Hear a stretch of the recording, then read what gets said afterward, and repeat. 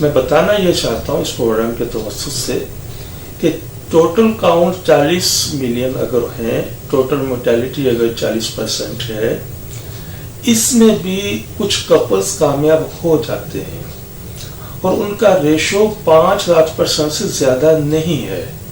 Just in 5-7 patient کے لیے باقی سب کو گھر میں بیٹھ کر آرام کرنے کا یا انتظار کرنے کا مشورہ دینا یہ کسی صورت بھی عقل مندی نہیں ہے.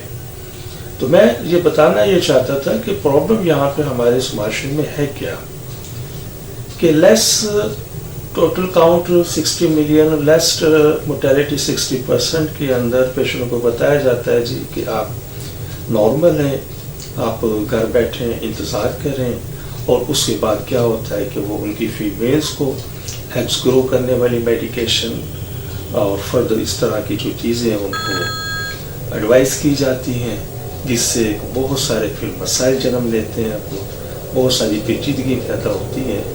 تو میڈیکل کا ایک قانون کو تھوڑا سا فالو کیجیے، جو ابھی میں نے بورڈ پر آپ کو بتایا ہے، کہ اگر آپ کی کوئی ایسا کپل جس کی فیمیلز کی رپورٹس کے اندر ایکس نارمل موجود ہے، اس کا مینسٹرل سرکل نارمل ہے، تو کوئی ضرورت نہیں ہے ایز سچ کوئی سی مزید انہیں میڈیکیشن کے حوالے سے.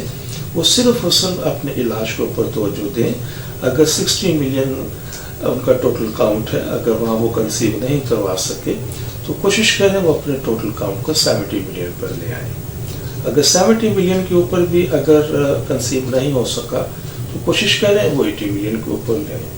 اگر 80 ملین میں بھی وہ کنسیو نہیں ہو سکا تو 80+ کے اندر لے آئیں. اور یقین کیجئے گا یہ اتنا آسان طریقہ ہے کہ چند ہفتوں کی میڈیکیشن کے ساتھ آپ ان کو بیلنس کر سکتے ہیں، بنسبت اس کے کہ جس وقت فیمیلز کو میڈیکیشن کی جاتی ہے تو ان کا سب سے پہلا ہارمونز کا نظام ڈسٹرب ہوتا ہے، اور فردر پہ یہ چیز چلنا شروع ہو جاتا ہے. پھر کچھ فیمیلز کو وہ DNC ایڈوائز کی جاتی ہے، اور عموماً DNC کے بعد عموماً ہم دیکھنے میں یہ آتا ہے کہ ان کی پھر ٹیوبز بلاک ہو جاتی ہے، کہ نیا سلسلہ شروع ہو جاتا ہے، اور بہت سارے جو پیشنٹس ہیں وہ تھک ہار کر گھر بیٹھ جاتے ہیں.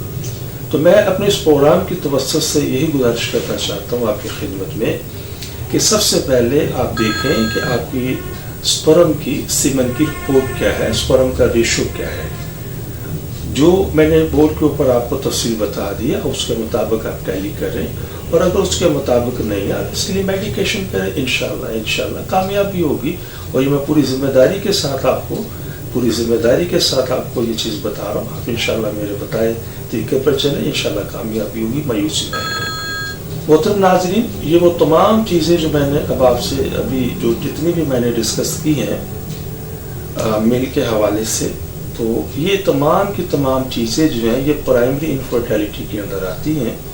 پرائمری انفرٹیلٹی میں کا مطلب سیدھا صحیح ہے کہ ایک کپل ہے، اس کی شادی ہو چکی ہے، وقت گزر چکا ہے، 2 ماہ 4 ماہ 6 ماہ سال 2 سال، لیکن ابھی تک ان کے یہاں اولاد نہیں ہوئی.